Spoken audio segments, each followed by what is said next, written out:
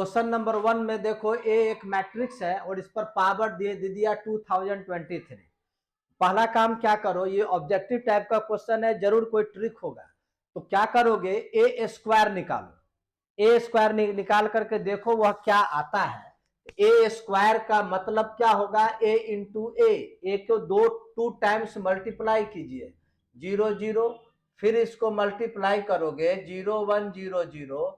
तो मल्टीप्लाई में रूल है, हम बतलाए हुए हैं सभी को कि बाद वाला जो मैट्रिक्स होगा उसके प्रत्येक कॉलम को रफ में हॉरिजॉन्टल लिखो और कॉरेस्पॉन्डिंग एलिमेंट से मल्टीप्लाई करके प्लस करो। एक क्वेश्चन से अनेक चीज लोग सीखता है, इसलिए ध्यान से समझना है। तो देखो ये फर्स्ट कॉलम 0 0 को लाए तो मल्टीप्लाई करोगे तो ये 0 होगा, अब मल्टीप्लाई करके प्लस करोगे 0 होगा, इसको भी मल्टीप्लाई करके प्लस करोगे 0 होगा। सेकेंड कॉलम देखो 1 0 है तो 1 इंटू 0 0, 0 इंटू 1 0 यानी प्लस करोगे तो 0 होगा, यहां भी तुमको 0 होगा। तो क्या डिसीजन लिए कि किसी ये इस मैट्रिक्स को अगर 2 बार मल्टीप्लाई करते हैं तो ये जीरो मैट्रिक्स होता है। और हम लोग प्रॉपर्टी में पढ़े हुए हैं कि जीरो मैट्रिक्स में किसी भी मैट्रिक्स को मल्टीप्लाई करने से जीरो मैट्रिक्स होता है। तो इसके बाद ये जितना भी बार मल्टीप्लाई करोगे ऑलवेज आंसर इसका जीरो मैट्रिक्स होगा, इसलिए ऑप्शन जीरो मैट्रिक्स के ऑप्शन में टिक लगा देना। जिस ऑप्शन में जीरो लिखा होगा मैट्रिक्स वही टिक लगा देना। क्वेश्चन नंबर 2 देखोगे, डिटर्मिनेंट से ये रिलेटेड है, तो फर्स्ट इसी प्रकार से मल्टीप्लाई होता है। फर्स्ट प्राइमरी डायगोनली मल्टीप्लाई करोगे तो क्या होगा, 2 1 जा 2 और -20, तो 2 -20 यानी आ जाएगा -18 इक्वल टू, इधर मल्टीप्लाई करोगे तो 2x स्क्वायर -24, ये 2x स्क्वायर -24, 24 जब इधर आएगा तो +24 होगा, तो 2x स्क्वायर इक्वल टू हो जाएगा 6, x square equal to 3, therefore x equal to +3 भी होगा और -3 भी होगा। जिसमें ऑप्शन इस दोनों होगा उसी ऑप्शन में टिक लगा देना। क्वेश्चन नंबर 3 थोड़ा सा कॉम्प्लिकेटेड है, जल्दीबाजी बनाओगे तो गलत हो जाएगा। इजी है लेकिन जल्दीबाजी में गलत हो जाएगा, ध्यान देना। पहला काम क्या करना, देखो ए मैट्रिक्स जो है ना वो 3 इंटू 3 ऑर्डर का है, एड्रेस उसको लिखते हैं।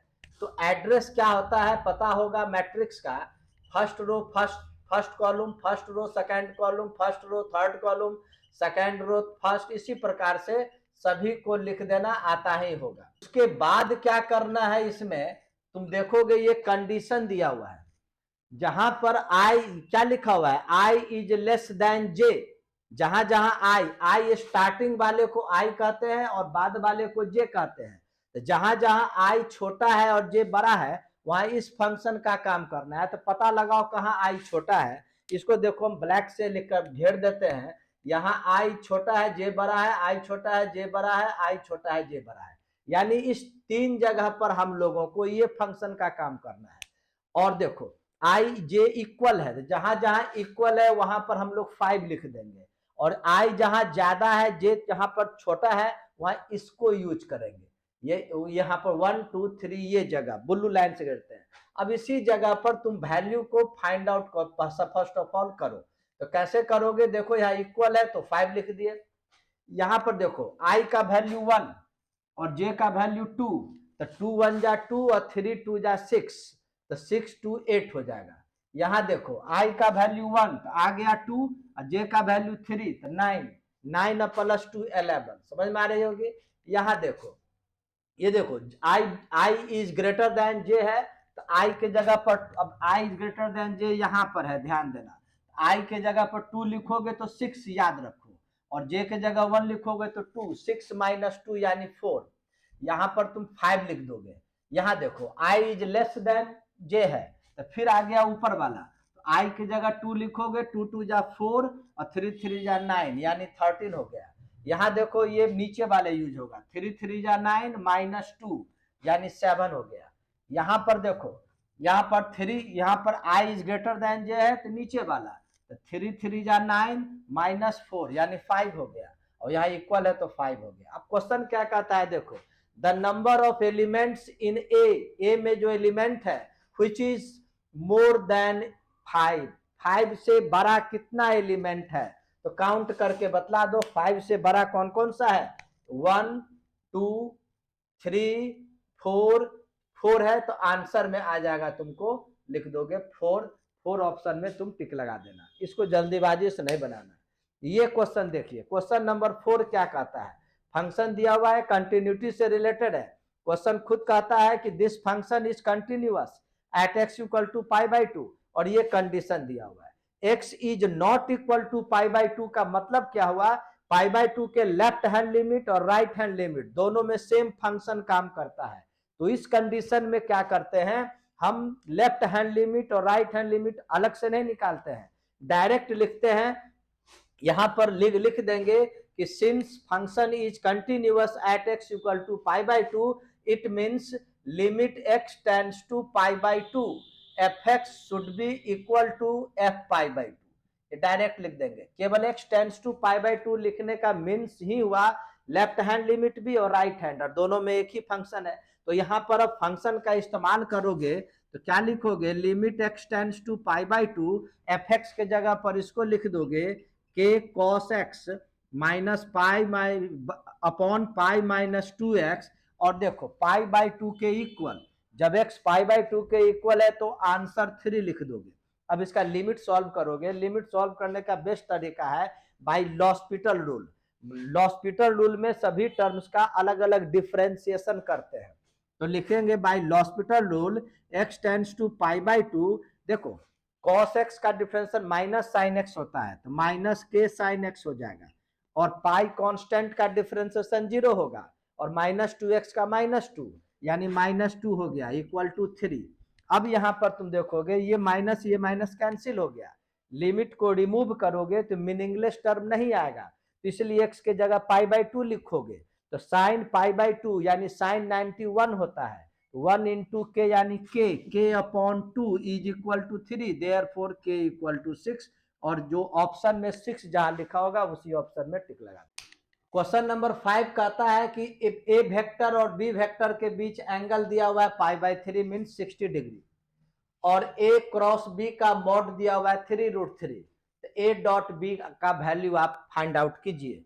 तो ये मालूम करने के लिए क्या करोगे, देखो क्वेश्चन नंबर 5 का सॉल्यूशन करते हैं, तो ए क्रॉस बी का mod equal to 3√3, cross product पढ़े होगे, mod of a mod of b sine theta n cap का ये मॉड दे दिए इक्वल टू 3√3 लिख दिए। अब गौर करोगे यहां मॉड एक मॉड बी और साइन थीटा का वैल्यू देखो पाई बाई 3 है, पाई बाई 3 में 60 डिग्री, साइन 60 डिग्री का वैल्यू होता है 1, ये √3/2, तो लिख दोगे √3/2, एन कैप का मैग्नीट्यूड 1 हो जाएगा इक्वल टू 3√3। यहां पर इसको सॉल्व करोगे तो √3 कैंसिल हो करके आ जाएगा तुमको ए वेक्टर का मॉड बी वेक्टर का मॉड इनटू देखो 2 3 जा 6, ये √3 कैंसिल होकर 6 आ गया। अब हम लोगों को निकालना है, देखो ए वेक्टर डॉट बी, इसका फॉर्मूला लिखो, mod of b into cos theta, a dot b, देखो दोनों का प्रोडक्ट देखो दिया हुआ है 6, लिख दिए 6, और थीटा का वैल्यू देखो पाई बाई 3 60 डिग्री, कॉस 60 का वैल्यू 1/2, तो 2 3 जा 6, आंसर 3 में टिक लगा। क्वेश्चन नंबर 6 बहुत ही इंपॉर्टेंट क्वेश्चन है, कह रहा है कि ये जो डिफरेंशियल इक्वेशन है, इस डिफरेंशियल इक्वेशन का आप ऑर्डर और डिग्री निकालिए। ऑर्डर तो आराम से निकल जाएगा, मैक्सिमम डेरिवेटिव 2 टाइम्स हुआ है इसलिए ऑर्डर 2 हो जाएगा, लेकिन डिग्री में क्या प्रॉब्लम होता है, जब डिफरेंशियल इक्वेशन पॉलिनोमियल होता है तभी डिग्री डिफाइन होता है, और पॉलिनोमियल होने के लिए पावर ये फ्रैक्शन में नहीं होना चाहिए किसी भी डेरिवेटिव पर। यहां देखो इस डेरिवेटिव पर पावर 1/4 है, फ्रैक्शन है, तो इसको पहले पॉलिनोमियल में कन्वर्ट करो यदि पॉसिबल हो तो हम क्या करते हैं, इस पार्ट को इधर ये रहने देते हैं, d square y upon d x square plus x to the power 1/5, और इसको राइट साइड भेज देते हैं minus d y by d x to the power ये 1/4, ये 1/4 कैंसिल तभी होगा जब दोनों तरफ पावर 4 दोगे, तो पावर 4 दोगे तो d square y d x square plus x to the power 1/5 whole power 4 दोगे, और ये देखो माइनस पर पावर 4 प्लस हो जाएगा, और 1/4 और उस पर पावर 4 1 हो जाएगा। अब इस कंडीशन में देखोगे ये अब डिफरेंशियल इक्वेशन पॉलिनोमियल में कन्वर्ट हो गया, तो ये ऑर्डर क्या होगा, 2 मिनट में ऑर्डर निकलता है, ऑर्डर इसका 2 होगा क्योंकि मैक्सिमम डेरिवेटिव 2 है। अब डिग्री कैसे मालूम करोगे, इसका रूल क्या है, मैक्सिमम डेरिवेटिव का जो मैक्सिमम एक्सपोनेंट यानी पावर को ही हम डिग्री कहते हैं। तो तुम गौर करो, यह बाइनोमियल थ्योरम से अगर इसको एक्सपेंड किया जाए, करना नहीं है, अगर किया जाएगा तो मैक्सिमम पावर क्या आएगा, 4 आएगा, उस मैक्सिमम पावर इस पर 4 आएगा, इसलिए इसका डिग्री 4 हो गया। 7 में क्या कहता है कि if the projection of a vector on b vector is 0 है तो find lambda. Projection of a vector on b vector का फॉर्मूला होता है दोनों का डॉट, जिस पर प्रोजेक्शन निकालना है उसका मॉड, ये होता है। और यह किसके इक्वल है, ये 0 के इक्वल है। क्रॉस मल्टीप्लीकेशन करोगे तो दोनों का डॉट प्रोडक्ट 0 हो जाएगा। अब चलिए डॉट प्रोडक्ट निकाल दो। डॉट प्रोडक्ट वेक्टर में क्या रूल है, किसी भी दो वेक्टर का जब डॉट करते हो तो आई के कोफिशिएंट को आपस में, जे के कोफिशिएंट को आपस में और के कोफिशिएंट को आपस में मल्टीप्लाई कर प्लस किया जाता है। यहाँ देखो I1 इंटू 2, यहाँ पर तुमको हम लिखते हैं 1 इंटू 2 यानी 2 हो गया, -2, देखो जे है ही नहीं, 0 है, -2 इंटू 0 0। अब आओ 3 इंटू लेमडा तो +3 लेमडा इक्वल टू यहाँ पर 0 दिया हुआ है, तो यहाँ पर लेमडा का वैल्यू हो जाएगा -2/3, -2/3 ऑप्शन पर टिक लगा देना। क्वेश्चन नंबर 8 देखो, ये तुमको LPP लीनियर प्रोग्रामिंग प्रॉब्लम से है। क्या कहता है, किसी भी प्रकार का फिजिबल रीजन है जिसका फिजिबल कॉर्नर क्या क्या कौन कौन सा है, P है, Q है, R है और S है, ये फिजिबल कॉर्नर है। और इसी फिजिबल कॉर्नर में के x और y का वैल्यू ऑब्जेक्टिव फंक्शन में डालकर हम लोग मैक्सिमम और मिनिमम वैल्यू निकालते हैं। तो यहाँ क्या कहता है कि ये PQRS जो फिजिबल कॉर्नर है and the objective function z equal to this, जहां a और b दोनों 0 से जो दोनों पॉजिटिव वैल्यू है। The condition on a and b, a और b का कौन ऐसा कंडीशन है such that the maximum z, ये z जो ऑब्जेक्टिव फंक्शन है ये मैक्सिमम हो किस पर, Q एंड S पर। देखो Q एंड S पर ये कैसे बनाओगे, कोई बहुत बड़ी बात नहीं है। Q का Q एंड S, यहाँ पर Q है, सॉरी यहाँ पर Q है, ये S है। तो Q का जो है x का वैल्यू 3, y का वैल्यू 5 इस ऑब्जेक्टिव फंक्शन में इनपुट करो, फिर s का भी x y का वैल्यू इनपुट करो, क्योंकि दोनों मैक्सिमम वैल्यू पर ऑकर करता है इसलिए दोनों को इक्वल कर दो, आराम से कंडीशन आ जाएगा। लिखोगे मैक्सिमम, चलिए Q पर देखो यहाँ पर है तो x के जगह 3 इनपुट करोगे तो 3a प्लस, देखो यहाँ पर 5 इनपुट करोगे ना तो 5 2 जा 10, 10b इक्वल टू, अब आइए x के जगह पर 4 इनपुट करोगे 4a और 1 इनपुट करोगे y के जगह पर आ जाएगा 2b।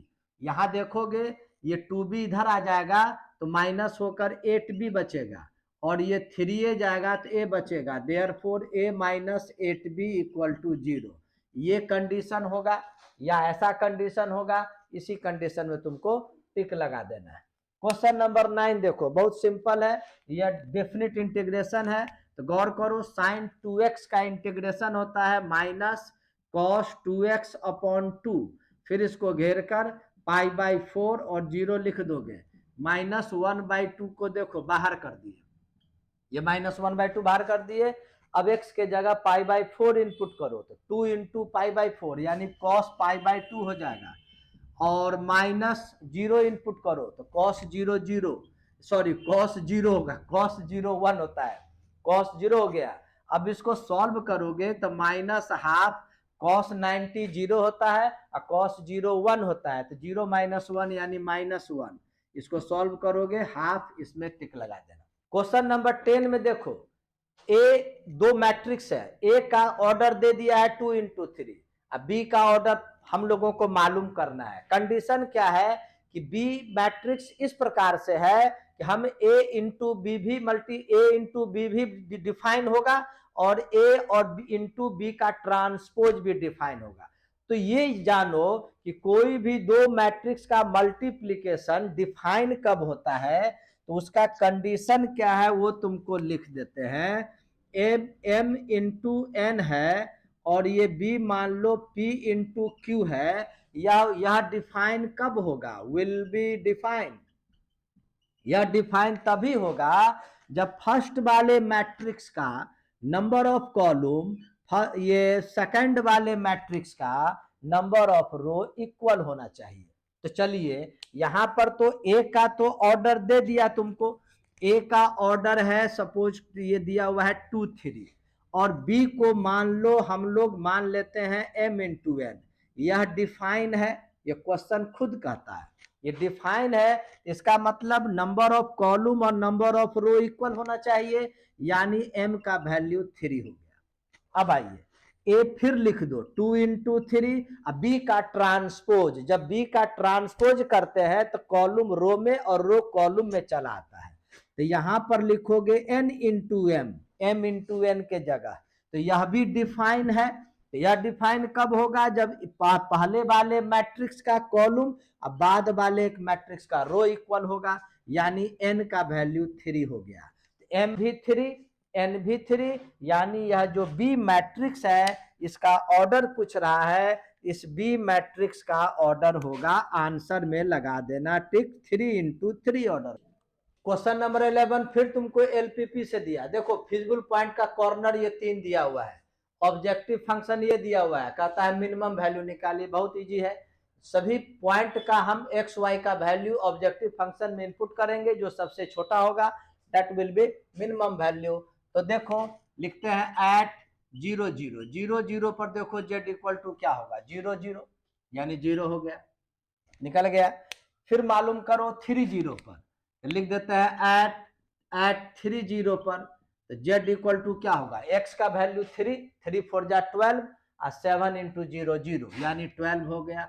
एट अब मान लो 0 3 पर मालूम करोगे तो z का वैल्यू क्या हो जाएगा, देखो x का वैल्यू 0 और y का वैल्यू 3 7 जा 21, तो मिनिमम कौन सा हुआ, मिनिमम 0 ही आंसर न हुआ, इसलिए इसका आंसर लगा देना 0 में टिक लगा देना। क्वेश्चन नंबर देखो ये 12 कहता है, 12 क्वेश्चन कहता है कोई इस लाइन है जो इस पॉइंट से पास करता है और जेड एक्सिस के पैरेलल है। दो लाइन, जेड एक्सिस में तो एक लाइन है, कोई दो लाइन अगर पैरेलल होता है, दोनों का डायरेक्शन कोसाइन और डायरेक्शन रेशियो का रेशियो इक्वल होता है, यानी वही हो जाएगा। जेड एक्सिस का डायरेक्शन कोसाइन क्या होता है, यह भी तुमको ऑब्जेक्टिव में अलग से पूछेगा। इसका डायरेक्शन कोसाइन 0 0 1 होता है और रूल है। और देखोगे स्ट्रेट लाइन का इक्वेशन क्या होता है, एक ये x minus a by l equal to y minus b upon m equal to z minus c equal to n.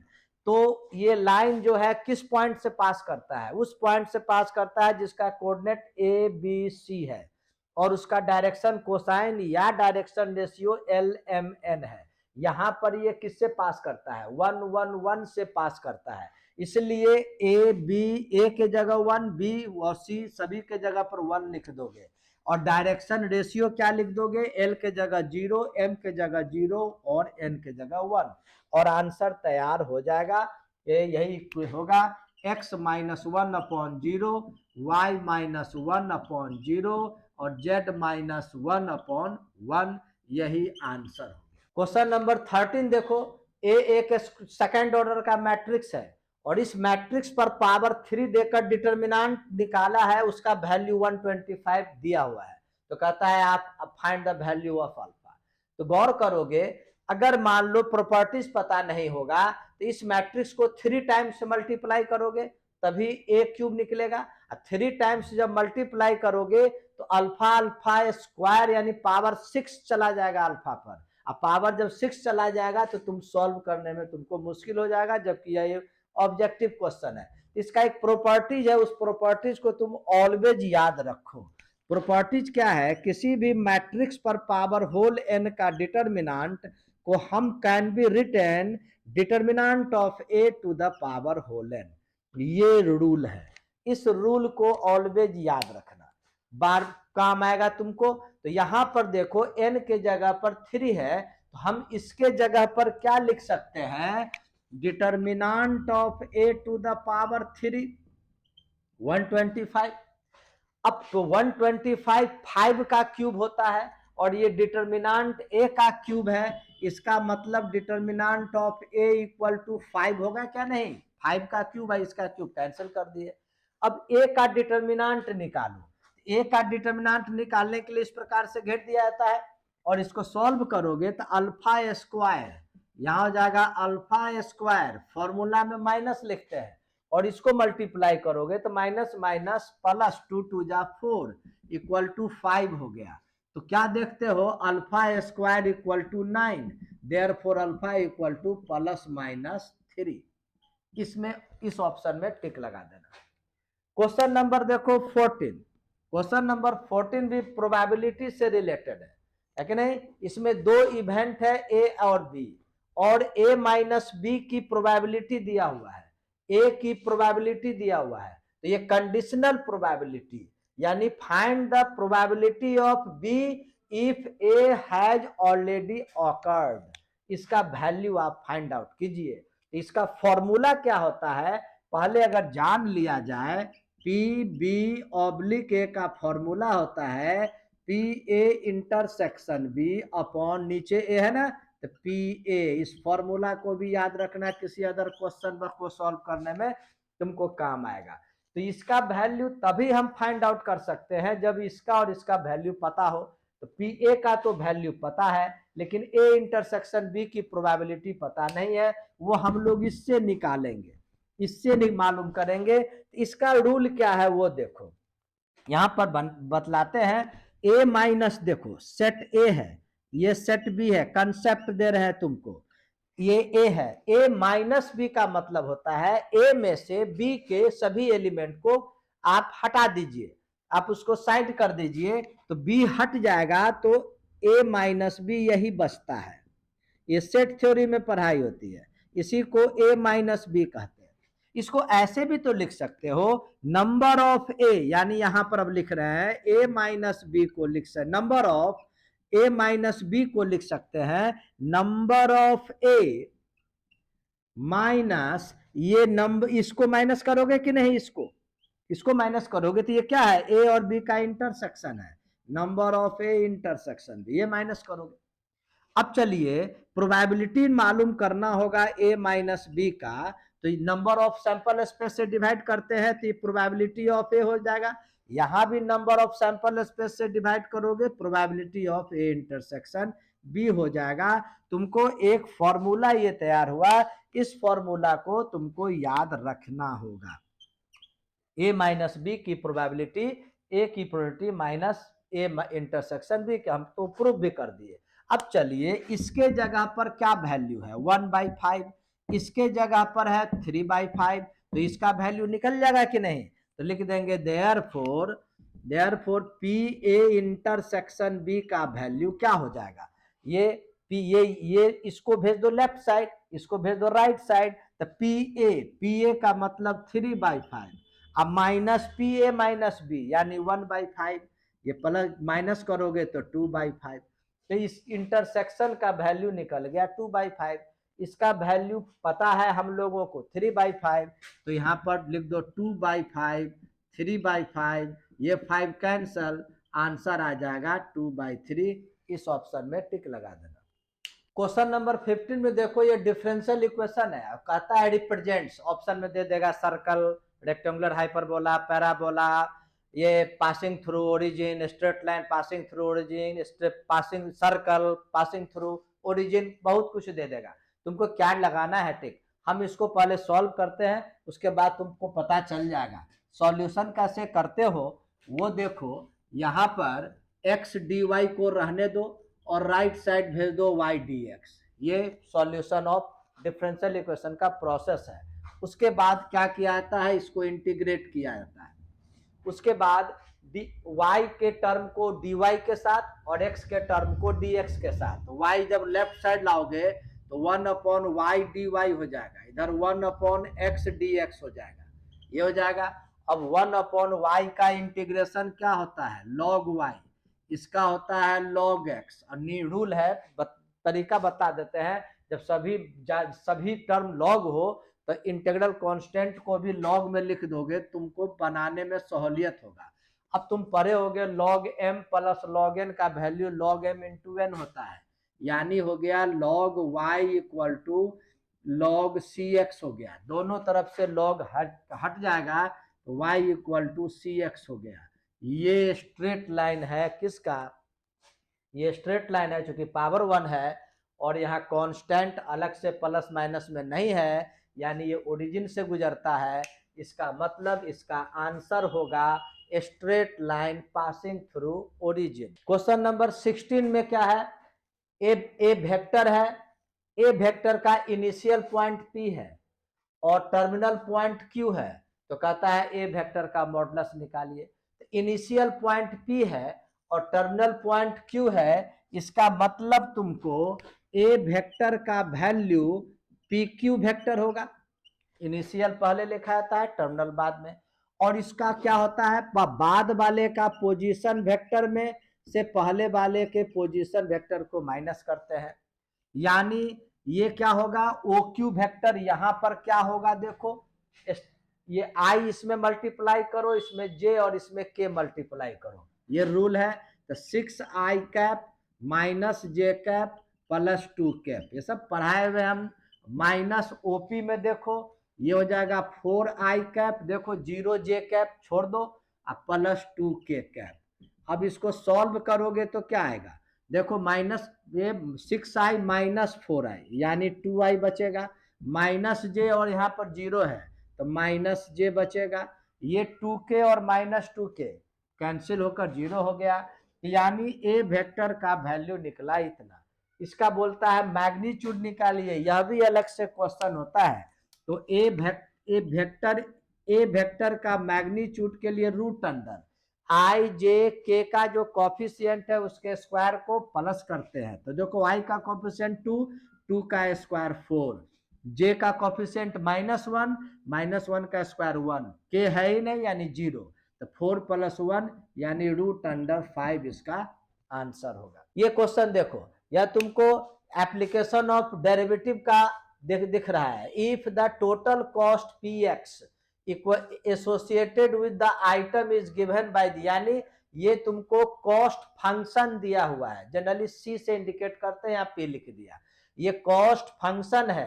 तो कहता है मार्जिनल कॉस्ट निकालिए, किस पर, जब नंबर ऑफ आइटम 10 हो। तो मार्जिनल कॉस्ट का फॉर्मूला क्या होता है वो तुमको याद रखना होगा।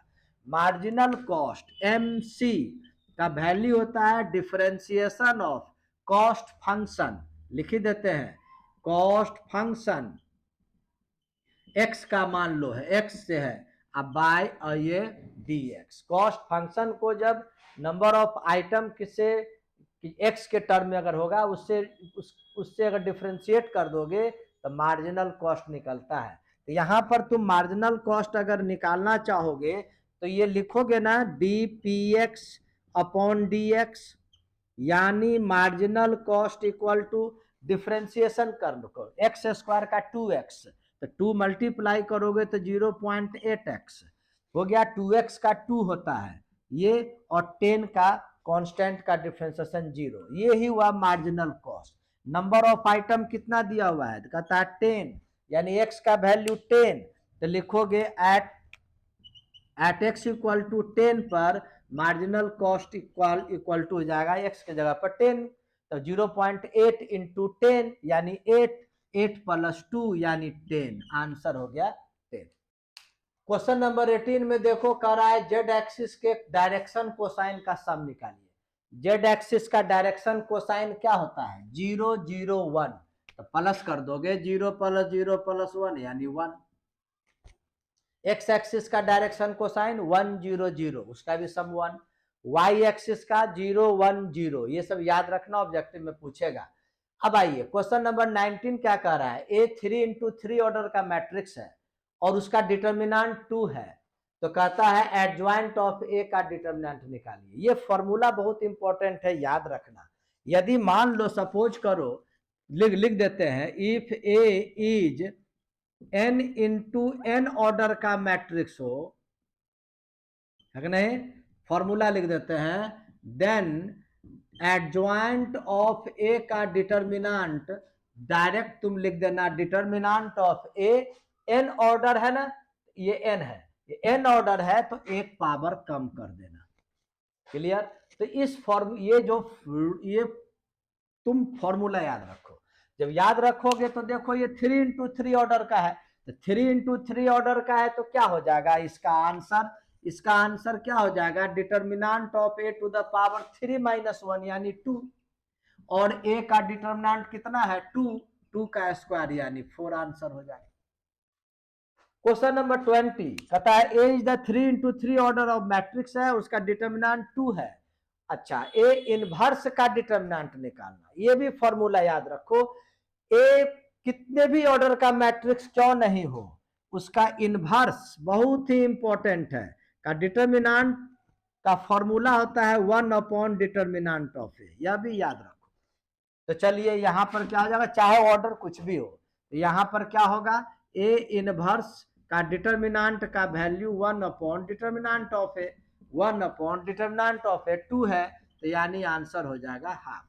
इस प्रकार से तुमको 20 क्वेश्चन हमको प्रैक्टिस कराया ऑब्जेक्टिव का, ओसवाल के बुक का सेल्फ असेसमेंट से का क्वेश्चन है, जरूर याद रखिए। तब तक के लिए बेस्ट ऑफ लक।